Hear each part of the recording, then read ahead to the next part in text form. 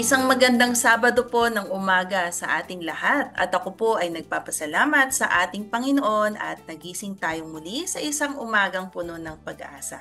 At dalangin ko po na sa umagang ito ay tayong lahat ay nasa malusog na pangangatawan at pag-iisip.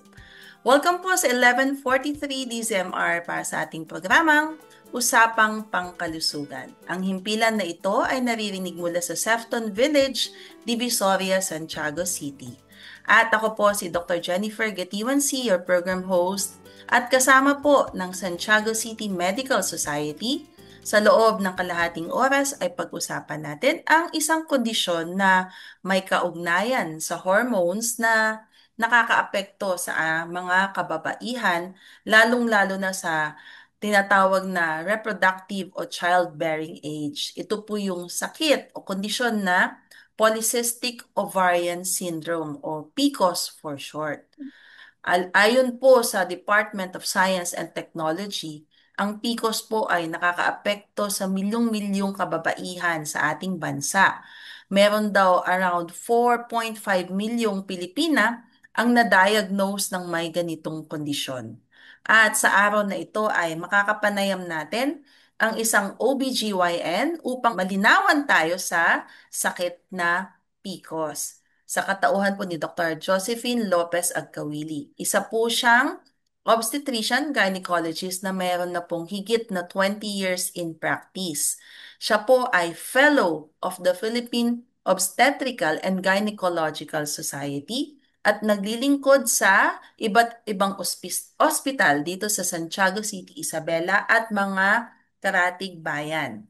Siya po ang medical director ng San Mateo Multicare Hospital at namuno din bilang presidente ng Santiago City Medical Society. Welcome po sa Usapang Pangkalusugan, Dr. Agkawili. Bati po tayo. Magandang umaga, Dr. Nini, at sa mga tagapakinig ng Usapang Pangkalusugan. Ah, Yes. Maraming salamat sa paanyaya. Yes, thank Ah, you din po, Sana Doktora. makapagbigay ako ng kaunting kaalaman para dito sa Yes. itong kondisyon na ating tatalakayin ngayong umaga. Yes po, Doktora, no? Usapang pangkababaihan tayo ngayon. At talagang napakadami pala na itong ating mga kababayan na may condition na tinatawag na PCOS. So, Doktora, I'll give you the floor. Ano po ba itong kondisyon na to at ano yung mga karaniwang sintomas na nararamdaman ng isang babaeng may PCOS? Ang PCOS ay parang ano yan abbreviation, pero ang ibig sabihin niyan ay Polycystic Ovary Syndrome. Mhm. So, ito ay karaniwang nakikita sa mga kababaihan, pero minsan talagang mahirap ding maunawaan. So, ito ay isang sakit na nanggagaling sa endocrine system at saka ang madalas na dahilan nito ay hormonal imbalance na nagdudulot ng problema sa menstruation, nagkakaroon din ng problema sa infertility at saka sa mga may mga associated metabolic problems din na dulot ng kondisyon na ito. Okay, so Syndrome kasi maraming organs ang involved. Magmula sa utak, yung hypothalamus in particular, going to the pituitary gland and then to the ovaries. So, maraming simptoma ito, mhm. maraming maraming mga senyales. Pero ang talagang dahilan ay hindi pa rin tiyak hanggang ngayon. Okay, so hindi pa rin alam. So doktor, nasabi ninyo kanina no yung like sa menstruation. So ano pong nangyayari sa isang babaeng may PCOS sa pag sila po ba ay nagme-menses? Yung po ba yung tinatawag na mga abnormal ang kanilang menstrual cycle or dugo? Oo, doktora, irregular ang mens nila. Ito yung tinatawag na oligomenorrhea or amenorrhea. So, ang root word niya sa Greek is menorrhea. Ito yung mens na tinatawag. Pag oligo, ang ibig sabihin nun ay scanty. So Mm. sa isang taon, mas mababa sa 8 beses silang mag-mens sa isang taon. O Oh, kaya amenorrhea, ibig sabihin kawalan. So walang mens. So absence of menstruation. okay. So, usually kasi ang isang kababaihan o ang bata nagme-mens on the average is around, pinakamaga is 9 to 10, di po ba? Opo. So, Yes. kailan ka magko-consider or as late as 16, di po ba? So, Pagka 15, mm, pagka more than 15 na yung bata, hindi pa rin siya mag-mens, yun yung tinatawag nating primary amenorrhea. okay. So, So, pwede ka nang kailangan natin, mag-consider na baka may kondisyon tong batang. yes, doktor. Okay. Kailangan nating mag-imbestiga pagka Mm-mm. may Opo. mga ganong kondisyon na late na Opo. yung Opo. menarche ng bata. Okay. So nasabi ninyo kanina syndrome. So isa sa mga madalas na simptomas talaga is kawalan. Kasi di po ba ang menstruation, it's monthly dapat. Okay. Yes, So doktor. kung, Yeah. kung Ang hindi, ang normal range ay 21 days to 35 days. ayun. So, yung mga may ganitong kondisyon, PCOS, nasa more than 35 days ang kanilang cycle, menstrual Okay. cycle. Matipid sila sa napkin. Okay. Okay. So, aside from the abnormal menses na sabi natin kanina, syndrome, and like, meron din, ako like, I have family, kasama, ang dami nga, no? Meron po akong pinsan na may PCOS din po siya noon.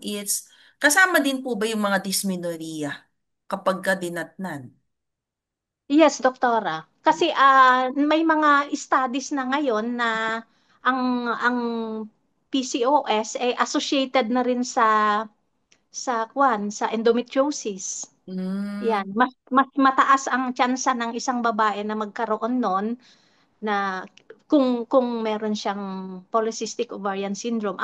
Ang simptoma nun, masakit. 'Yun during menstruation. yung Nakakaramdam sa sila. matres, yun naman, problema naman yun sa matres po. Yes. How about po yung like, sabi natin syndrome, meron po pang mga like nagka-high blood din sila? Oo, doktora. Ang isang feature niya, yung metabolic syndrome. So, sila rin ay high risk silang magkaroon ng diabetes, Oh, sakit sa puso, matataas yung cholesterol sa katawan. nako. So, yes, doktora. O, kasi karamihan din ng mga may polycystic ovary syndrome ay yung mga obese at saka Okay. overweight. Oo. Okay. Tsaka ang mga karaniwang simptoma ng PCOS, yung hyperandrogenic features, sapagkat mataas yung androgen level ng isang So, babae na may PCOS. So, androgen, the male yes. hormone. Oo, Oo. male hormone siya. Sa atin kasi, meron tayo nun, yung androgen, pero mababa lang. Mm-mm. Mababa lang siya. Mm-mm. Pero kung tumataas yung androgen natin, so nagmamanifest na polycystic ovary syndrome. So, sa diagnosis natin, yung tinatawag na Rotterdam criteria, tatlo yon. So, Rotterdam kasi yung nung binuo itong guideline na ito is doon sa Rotterdam City ng Netherlands. Kaya Oh, tinawag na Rotterdam okay. criteria. So, ano So, po ang makikita doon? Ba? oo, yun nga kagaya nung nabanggit natin kanina, yung Abnormal menstrual menses. irregularity, oo. And then yung hyperandrogenism. Parang may male So, features sila. oo, may main features. So, ang makikita dito sa mga pasyente na to, kung mataas yung androgen, so magde-develop sila ng male pattern of hair growth. So, minsan Balbon. dun sa, yeah, meron sila sa upper lips, magiging bigote or balbas, sa lower, dun sa jaw area, sa chest. Oh, Kung parang sa lalaki din, kung saan tumutubo sa lalaki, ganon din yung pattern ng pagtubo ng buhok so sa mga nag-aahit sila. vaginal. Oh, Ayun po. So, Mm. minsan nagkakatagihawat din kasi ang androgen, ini-stimulate niya yung sebum production Very sa skin. oily. Oh, Oo, so ang tendency, yun naman ang gustong-gusto ng mga bakterya, yung mantika. oo. So, nagde-develop yung tagihawat or acne. Ako, so yun ang mga Minsan skin naglalag, manifestation nila sa balat. yes, doktor. Mm-mm. Opo. Naglalagas din ang buhok. Ah, nakakalbo Nakakalbo pero meron silang male sa buhok. pattern of hair Oo. growth. Sa ulo nakakalbo, sa katawan tinutubuan sa mga hindi Na dapat tubuan. tinutubuan sa mga hindi dapat tubuan. Ah, Pero doon at saka yung pangatlo pala is yung makikita na sa ultrasound na polycystic yung ovary. Okay? okay. So, yun yung dahil. Mabukol-bukol. Yes, doktora. Kasi nagkakaroon ka nga ng anovulation dahil walang production na maayos na Mm-mm. follicle. So Mm-mm. nag-immature follicle 'yon. Nandun sila sa gilid ng ovary. Mm-mm. So yun yung tinatawag na string of pearl, Mm, 'yon parang sa pitas. na nakikita sa ultrasound. Oo. Yun, doktora, kasi hindi makalabas kasi immature yung follicle. So naiimbak lang sila doon. Doon. So, yun, an Yun yung ovulation. criteria. Opo. Oo, doktor. Pero dalawa lang doon sa criteria, kasi tatlo yun eh. Yung Opo. number one is menstrual irregularity, number two is the hyperandrogenemia, number three is the Ultrasound. ultrasound Yeah. result of polycystic ovary. Pero kahit walang result, walang normal ang ultrasound niya, pwede na rin nating sabihin na PCOS siya pagka na-meet niya yung first Dalawa. two criteria. Oo. Oo. Kasi yun na mismo eh, no? So, Mhm. nasabi ninyo kanina, doktora, hindi pa din talaga alam ang cause netong sakit na ito. Pero ito po ba ay namamana? Lahi-lahi po ba ito? Malaking malaking porsyento na namamana, doktora. Oh, nako. Kasi ang problema kasi ang normal kasi pulsatile manner sa utak nag-uumpisa Hmm. sa hypothalamus. So magre-release ang hypothalamus ng GnRH or gonadotropin releasing hormone. Hmm. Yun yung nag-i-stimulate sa pituitary gland para mag-release ng luteinizing hormone at saka follicular stimulating hormone or yung tinatawag na LH at FSH. Opo. So pag mataas yung release ng GnRH, Mm, tataas yung LH. mm, Ang effect naman sa FSH, bababa siya. mm, So, ang nangyayari pagka napunta sa ovary, yung mm. LH na ini-stimulate niya ang ovary to produce More. androgen. Yeah, Oo. more of androgen. And In, then ini-inhibit niya yung aromatase enzyme na nagko-convert ng androgen into estrogen. yung So, ang female nangyayari, hormone. Opo. meron ng disruption doon sa normal Imbalance. sa balance nung estrogen progesterone kasi kung puro androgen yan ang Mm, na so hindi siya yung supposed to be na meron ding progesterone, hindi mm. nangyayari yon kasi hindi na mag-ovulate yung babae dahil hindi na may imbalance na doon sa mga Opo. hormones na So produce. basically, etong sakit na PCOS, hindi po mismo yung ating reproductive organ ang may problema, kundi sa mismong Yes, source doktora. of the Ah, stimulus. Okay. yes, doktora. Actually, hindi naman sa ovary yan. Hindi Mm. naman talaga sakit ng ovary Opo. yan. It's more of a Oh, hormonal yes, doktora. imbalance. Okay. Opo. Naiiwasan po ba ito, doktora? Ah, yeah, pero pag once na nakakitaan ka ng ganyan, lifetime na yan. So, Oh. pero ang magagawa na lang ng paraan yung to lessen the symptoms, Mhm. yung like Ayun. uh, So, mapunta tayo sa gamutan. Paano uh, ginagamot? Okay. so may mga ginagamit yung pills. Mm-mm. Pero number one pala is the lifestyle uh, Change. change, oo, or diet modification. So, What is it in dapat the diet that can cause PCOS, Doktora? Na ano? yung matatabang pagkain, matatamis, yan. Nako. Yung mahilig sa Eh, mahilig sa matataas ang glycemic index na pagkain, mga soft mataas sa drink, sugar. mataas Oh. sa sugar, opo. So So, dapat, basically, this is also a lifestyle disease. yes, doktora. Oo. Yun ang pinaka number one na management na, Oo. If you have a yung poor lifestyle, pwede kang yes, magkaroon ng, doktora. Pero okay. kung papalitan mo yon, kumain ka ng mga yung mababa ang glycemic index na pagkain like nuts, Mm-mm. yung mga whole grains, uh, Opo. yeah, iwasan mo yung mga matatamis. Kahit nga ngayon po, yung mga fruits, hindi Yes. na rin advisable yung sobrang tamis. Pwede ang avocado, yan. Yung mga hindi Yes. masyadong matatamis. Naku, ibig sabihin, mas madaming may PCOS ngayon kaysa nung panahon ng mga lola natin. Oo, doktora. Mas Ah, marami. dahil Oo. iba na nga po ang kinakain natin. Okay. So, hindi ko na Ang po isa pang tatanungin kung paano to natetest dahil nasabi nyo na kanina, the third criteria is yung ultrasound. No? Yes, Pero, doktora. Pero ang sabi naman nila is PCOS is diagnosed by exclusion. So yes. titingnan pa rin yung uh, mga causes ng mga Mm-mm. kasi maraming causes ng irregular Mm-mm. menstruation like uh, yung mga magkokos ng amenorrhea like yung sa thyroid disorders. Which is Oo, still so hormonal. hormonal pa Opo. rin. Kung Pero hyperthyroid doktor, ka or... yeah, yes, doktora. Tapos yung mga androgen secreting tumors, pwede rin magmimik Yun. ng polycystic ovary syndrome, Cushing syndrome, pwede Mm. rin. O kaya Opo. yung premature ovarian insufficiency.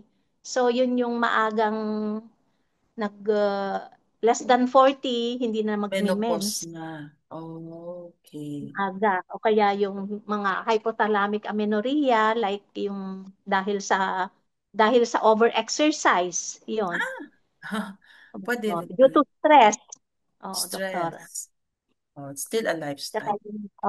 tsaka yung hyperprolactinemia, yun Opo. yung mga causes sa may mga tumor sa pituitary gland na Opo. nag-secrete ng ng prolactin. So, nagko-cause din na irregular menstruation yon. Okay. Congenital So, adrenal hyperplasia, yan pa. mm-mm.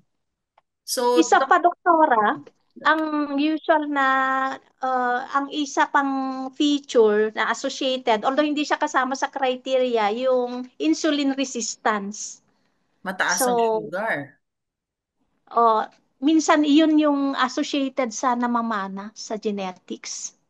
So, Ah, may mga pasyente na may mga babae na uh, yung hindi mag-respond yung katawan nila sa sa insulin. insulin. Oo. Paano Kaya, yun? Paano oo, doktora. So, manage? Parang ang hirap. sabi nila is sa genetics daw yon. Opo. So, So, doktora. Kasi, magkakadiabetes. mataas yung tendency din na magka-diabetes yung pasyente. So, Mm-mm. yung sa insulin resistance kasi, instead na ma-utilize si insulin to para ma-uptake yung sugar ng Mm-mm. cells, yun, yung tissue insensitive doon sa insulin. So, ang nangyayari, yung sugar nako-convert into androgen. So, yun, Oh, oh, pag lalo yung pa. excess sugar, oo, Opo. lalo na Nag, sa nag, circulation, nagsisirculate siya. So, nako-convert siya into androgen. So, mm-mm. causing na rin yung mga simptoma na nakikita na Okay. hindi mag-mens kasi nga mataas yung male hormone. So hindi ka Oh. mag-mens. Mas mataas yung male hormone, androgen. So, since napakataas ng male hormone, hindi nagme-mens, lahat po ba ng PCOS, doktora, hirap magbuntis? Or, ano? Kung magkabawas ka ng timbang at least 5 to 10%, mataas din yung chance na mabuntis pa. Kasi Okay. magiging regular na yung menstruation pag nakabawas ka ng at least 5 to 10% from your Wait. previous doktor. So, kailangan nila magpapayat dahil nga. Pero mayroon Yes. pong mga ibang may PCOS. Parang hindi naman ho sila katabaan, di po ba? May mga parang Oo, doktora. Yun nga po, namamana yun. Genetics. ah, Ah, Kasi kung meron siyang kapatid or nanay na merong PCOS, mm-mm. chances are magkakaroon din siya. Okay. Ang hirap pala na itong sakit na PCOS, ano, doktor? Pero at least nga manageable, nasabi nyo, lifestyle change lang technically. Oo. Opo, dahil this is a lifestyle disease pala, na hindi naman pala mismo yung matres o yung ating reproductive organ ang may problema, but it's more of Acquired din siya. Genetics, associated with genetics, pero acquired din. So, acquired. Pwedeng acquired, so namamana, pwedeng kaya, nakukuha. yes, doktora. Kaya may solusyon pa rin. Yeah. Mas madami nga yung nabubuntis sa kung PCOS lang yung problem kaysa sa ibang gynecological disorders. So may pag-asang mabuntis. May Ayun, that's pag-asang the good nabuntis. news. Yes, Okay. doktora. Ayan, ang bilis ng ating oras. Doktora, maraming maraming salamat po sa panahon na ibinigay ninyo sa ating mga tagapakinig. Last question, Doktora. Nasabi ko rin naman kanina na you are servicing patients in Santiago at San Mateo. Pwede pong ulitin natin, Doktora, kung saan nila kayo pwedeng puntahan para magpakonsulta. Yun. Ang aking main clinic is dito sa Ramon, Mm, Monday to Friday sa umaga, 9 o'clock to 1:30 p.m. mm, And then pagka Monday, Tuesday, and Saturday sa Divere Medical Center mm, at 2 to 5 p.m. And then Thursday at sa hapon din, 2 p.m. to 4 p.m. sa Kalang General Hospital. mm. Then Friday sa San Mateo Multicare Hospital. So doon po nila kayo pwedeng puntahan. Ramon, dalawa sa Santiago de Vera at Calang at sa San Mateo Multicare. So lahat po dito yon sa Isabela. Oo. Okay, Oo. so maraming maraming salamat po, Doktora, sa paglilinaw ninyo tungkol dito sa sakit na PCOS at nagbigay po kayo ng hope na pwede naman palang makontrol at pwede kang magkaanak kung ikaw ay may kondisyong PCOS. Ayun. So, Saka may mga pills na binibigay na doktora para yes. ma-manage yung Para androgen. makontrol. Ayun. Kaya dapat mapuntahan nila kayo para para magpa-check up at ma-manage etong sakit o itong kondisyon na PCOS, Doctor. Any last words aside from the pills? Yun. Thank you so much sa pag-anyaya at sana although kulang na kulang din yung 30 minutes, no? Opo, ang kasi bilis. marami pang dapat na I-explain. i-discuss regarding Yes. sa PCOS. So, Yes. Opo. uh, Hayaan niyo, uh, Doktora, this will not be the last, but this will be the first of many interviews natin with you. Kasi malaking tulong po sa ating mga kababayan, lalo na sa mga listeners natin. Naririnig po tayo hanggang sa mga, hanggang Cagayan, Doktora, Vizcaya, ng mga mountain provinces, lalo na sa hindi agad nakakapa-check up. Malaking tulong po to sa ating mga listeners. Maraming maraming salamat, Doktora. So, pag in-invite namin kayo, Doktora, ha, balik kayo. Yes. para Yes. maluwag ang oras. Schedule. O, ang daming ano ni Doktora. So, sa ating pong pagtatapos ay ibahagi po natin ang mensahe hango sa salita ng Diyos para sa ating mga listeners, lalo na po sa mga dumaranas ng ganitong kondisyon. So, nasabi nga po ni Doktora na hindi madali magkaroon ng PCOS, pero pag tinignan natin ito sa perspective ng plano ng Panginoon, makikita natin na hindi sa kondisyon o sakit na PCOS nakabase ang halaga ng isang kababaihan. Sabi sa Genesis 1:27, God created us in His image. So, ibig sabihin tayo ay may halaga at layunin na galing mismo sa ating Panginoon. Pero dahil nga po sa original sin ng ating lolo't lola na si Eva at Adan, nagkaroon ng paghihirap, pagdurusa at mga sakit ang sangkatauhan. Sa Romans 8:22, it reminds us na lahat po ng nilikha ay dumanas o nagdaranas ng paghihirap. Dahil dito itong paghihirap o mga sakit ay nagpapaalala na kailangan natin si Jesus bilang tagapagligtas at kasagutan sa ating problema. At buti na lang dahil sa kanyang pagdating, sa kanyang buhay, kamatayan at pagkabuhay muli ay may kapatawaran tayong natanggap na siyang nagbigay ng pag-asa at ultimate healing sa ating mga sakit. Kaya kahit hindi natin maranasan ng full healing dito sa mundo, we can be assured that in Christ, no, we are healed. Natugunan na niya ang pinakamalalim nating pangangailangan. So, because does not define us, ang tunay na pagkakilanlan natin ay tayo po ay nilikha sa kanyang wangis. Kahit na meron tayong mga buhok-buhok sa mukha, ang mga pasyenteng may PCOS.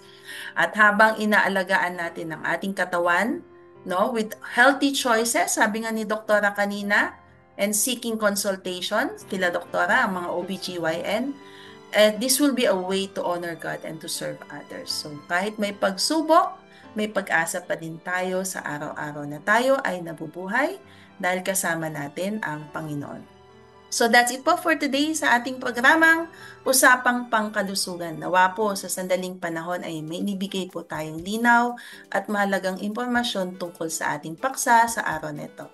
Ang aking dalangin po ay mamuhay tayo ng malusog sa ating katawan at sa ating kaisipan. Abangan niyo po ako muli sa susunod na Sabado para sa ating programang Usapang Pangkalusugan. Dito lamang po sa 1143 DZMR, a proud member of KBP. Ating tandaan, ang ating kalusugan ay kayamanang di mapapantayan. Happy weekend po sa ating lahat!